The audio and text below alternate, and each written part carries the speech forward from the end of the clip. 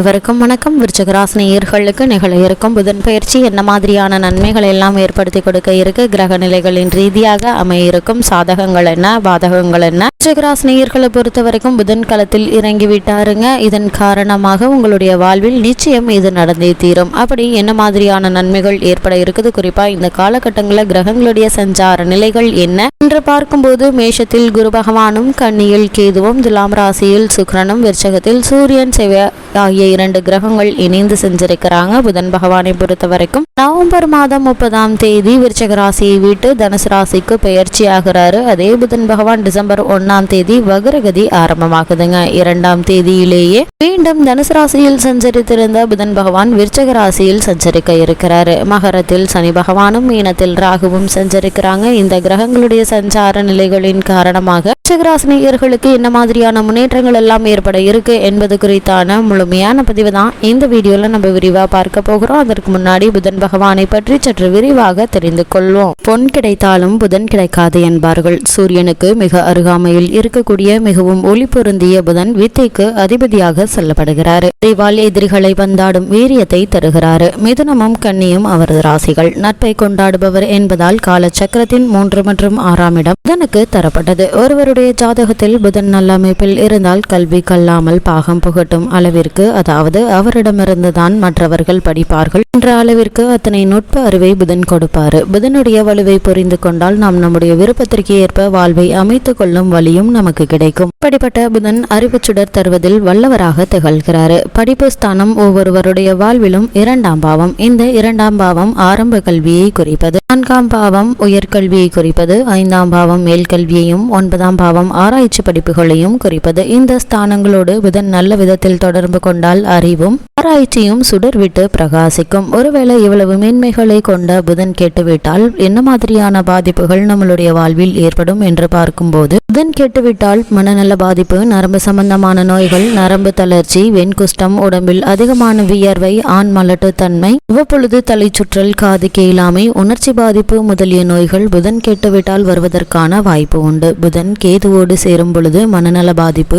ஏற்படும். சுக்கிரனோடு சேரும் பொழுது வெண்குஷ்டம் போன்ற நோய்கள் ஏற்படும். சந்திரனோடு சேர்ந்து கேட்டுவிட்டால் மனதில் எப்பொழுதும் ஏதாவது ஒன்றை யோசித்துக் கொண்டே செயலிழந்த நிலையில் இருப்பார்கள். தேவையற்ற கவலை அவர்களை வாட்டும். செவ்வாயோடு சேரும் பொழுது நரம்பு தளர்ச்சியும், தலைவலியும், மனக்குழப்பமும் ஏற்படும். சூரியனோடு சேரும் பொழுது தலையில் உள்ள மூளை நரம்புகள் பாதிக்கும். சனியோடு சேர்கின்ற பொழுது எதிர்ப்பு சக்தி குறைவு ஏற்படுவதற்கான வாய்ப்புகள் உண்டு. இந்த புதன் ஒவ்வொரு பாவங்களில் சஞ்சரிக்கும் போதும் என்ன மாதிரியான நன்மைகளையும் நம்மளுடைய வாழ்வில் ஏற்படுத்தி கொடுப்பாரு என்று பார்க்கும்போது, புதன் 1ஆம் இடத்தில் இருக்க புத்தி சாதுரியம், இலக்கிய ஈடுபாடு, உயர்கல்வியையும் தருவாரு. 2ஆம் இடத்தில் இருக்க இனிமையாக சபையை மயக்கும் பேச்சும், 3ஆம் இடத்தில் இருக்க கஞ்சத்தன்மை, ஆனால் பெண்களை கவர்ந்தெழுக்கும் தன்மையை உண்டாக்குவாரு. புதன் 4ஆம் இடத்தில் இருக்க உயர்கல்வி, பூர்வீக சொத்தும், 5ஆம் இடத்தில் இருக்க தாய்மாமனுக்கு தொல்லைகள் ஏற்படும். 6ஆம் இடத்தில் இருக்க கல்வி தடைப்படும். 7ஆம் இடம் நல்ல மனைவி, மனைவி மூலம் செல்வம். 8இல் இருக்க தீர்க்காயுள், நல்ல மக்கட்பேறு உண்டாகும். 9ஆம் இடத்தில் இருக்க இசையார்வம், கலைகளில் நாட்டம் உண்டாகும். 10ஆம் இடத்தில் இருக்க பேராசிரியர், நல்ல உத்தியோகம் உண்டாகும். 11ஆம் இடத்தில் இருக்க லாபமும் செல்வமும் உண்டாகும். 12இல் இருக்க தர்ம சிந்தனைகள் இருக்கும். சில ஜாதகங்களில் தாயாருக்கு உடல்நிலையில ஒரு பின்னடைவுகள் ஏற்படுவதற்கான வாய்ப்புகள் உண்டு. புதனுக்கு உரியவையை பொறுத்தவரைக்கும் புதனுக்குரிய தானியம் பச்சை பயிறு, மலர், வெண்காந்தல், ஆயில்யம், கேட்டை, ரேவதி ஆகிய 3 நட்சத்திரங்களும் புதனுக்குரியவை. சுப கிரகங்கள்ல ஒன்றான புதன் ஆணும் பெண்ணுமாற்ற அளித்தன்மை உடைய கிரகம். புதனுக்குரிய நிறம் பச்சை. உடலில் அங்கங்களில் கழுத்து பகுதியை குறிப்பது புதன். உலகங்களில் பித்தளையை குறிப்பதும் புதன். மொழிகளில் தமிழ், கலைகளில் கணிதம், சிற்பம், ஜோதிடம் போன்றவை புதனுக்குரியவை. இரத்தினம் பச்சை.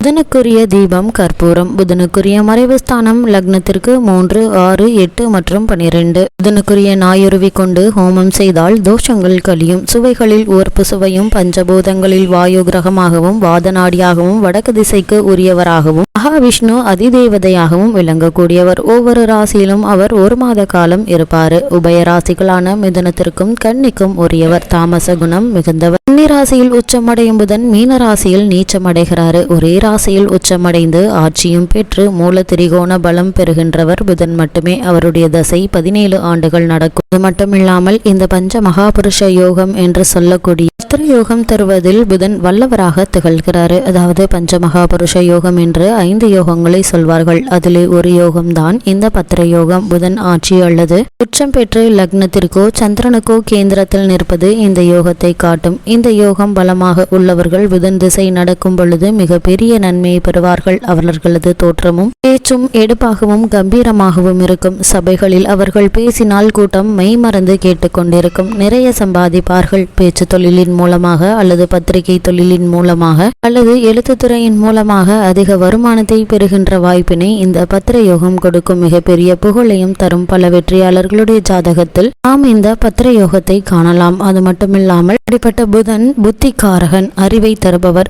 வித்தையை தருபவர், சிந்திக்கும் திறனை தரக்கூடியவர், வாக்கு சாதுரியத்தை தந்து ஏற்ற செய்பவர். ஆனால் புதன் மட்டுமே இத்தனையும் தருவதில்லை. புதன் கெட்டால் புத்தி கெடும் என்பார்கள். ஆனால் ஒரு குறிப்பிட்ட கிரகம் மட்டும் எந்த ஒரு முழுமையான நிலையை ஒரு ஜாதகக்காரருக்கு செய்து விடுவதில்லை. ஒவ்வொரு ஜாதகத்திலும் ஏதேனும் மாற்று வழிகள் மறந்து கிடைக்கவே செய்கின்றன. அதனை அகழ்ந்து எடுத்து கைப்பிடித்து கொண்டு நடந்தால் கரையேறிவிடலாம் என்பதுதான் ஜாதகம் காட்டும் உண்மையாக அமைகிறது. இவ்வளவு மேன்மைகளை கொண்ட புதன் பகவான் விருச்சக ராசியில் சூரியன், செவ்வாய் மற்றும் புதன் ஆகிய கிரகங்கள் இணைந்து சஞ்சரிப்பதால என்ன மாதிரியான நன்மைகள் எல்லாம் ஏற்பட இருக்கு என்று பார்க்கும்போது, சுக்கிரன் லாபஸ்தானத்தில் இருக்கிறாருங்க. அது சுக்கிரனுக்கு நீச்ச இடமாக இருந்தாலும் ஜெயாதிபதி நீச்சம் அடைந்தாரு என்கின்ற அடிப்படையில் யோக பலன்கள் அதிகம் நிறைந்த ஒரு காலகட்டமா இந்த புதன் பயிற்சி ஆரம்பிச்சிருக்குது. ஆடம்பர செலவுகள் அதிகரிக்குங்க. மருத்துவ செலவுகள் குறைய இருக்குது. ஆன்மீக நாட்டம் அதிகரிக்குங்க. ராசி அதிபதி செவ்வாய் ராசியிலேயே வலுப்பெற்று இருக்கிறாருங்க. அது மட்டும் இல்லாம கூட சூரியனும் புதனும் இணைந்திருக்கிறார்கள். லாபாதிபதி புதனும் இருக்கிறார் என்பதால இந்த காலகட்டம் என்பது விருச்சக ராசியினருக்கு நல்ல ஒரு அமைப்புங்க. ஓரளவு இந்த காலகட்டம் முழுக்க நற்பலன்களை நீங்கள் அதிகம் எதிர்பார்க்கலாங்க. அதே மாதிரி 11 உள்ள கேதுவும் உங்களுக்கு எதிர்பாராத சில நன்மைகளை அளிக்க இருக்கிறாங்க என்பதை கிரகங்களுடைய சஞ்சார நிலைகள் தெளிவாகவும் உறுதியாகவும் உங்களுக்கு எடுத்துக்காட்டுது. விருச்சக ராசி நேயர்களை பொறுத்த வரைக்கும் இந்த புதன் பயிற்சி நிகழக்கூடிய இந்த தருணங்கள்ல என்ன மாதிரியான விஷயங்களை நீங்கள் அதிக கவனத்தோடு இருக்க வேண்டும் என்று பார்க்கும்போது, 6ஆம் இடத்தில் குரு இருப்பதாலும் ராசியில் சூரியன் செவ்வாய் இணைந்து இருப்பதாலும் உஷ்ண நோய்கள் பாதிப்பு வரலாங்க.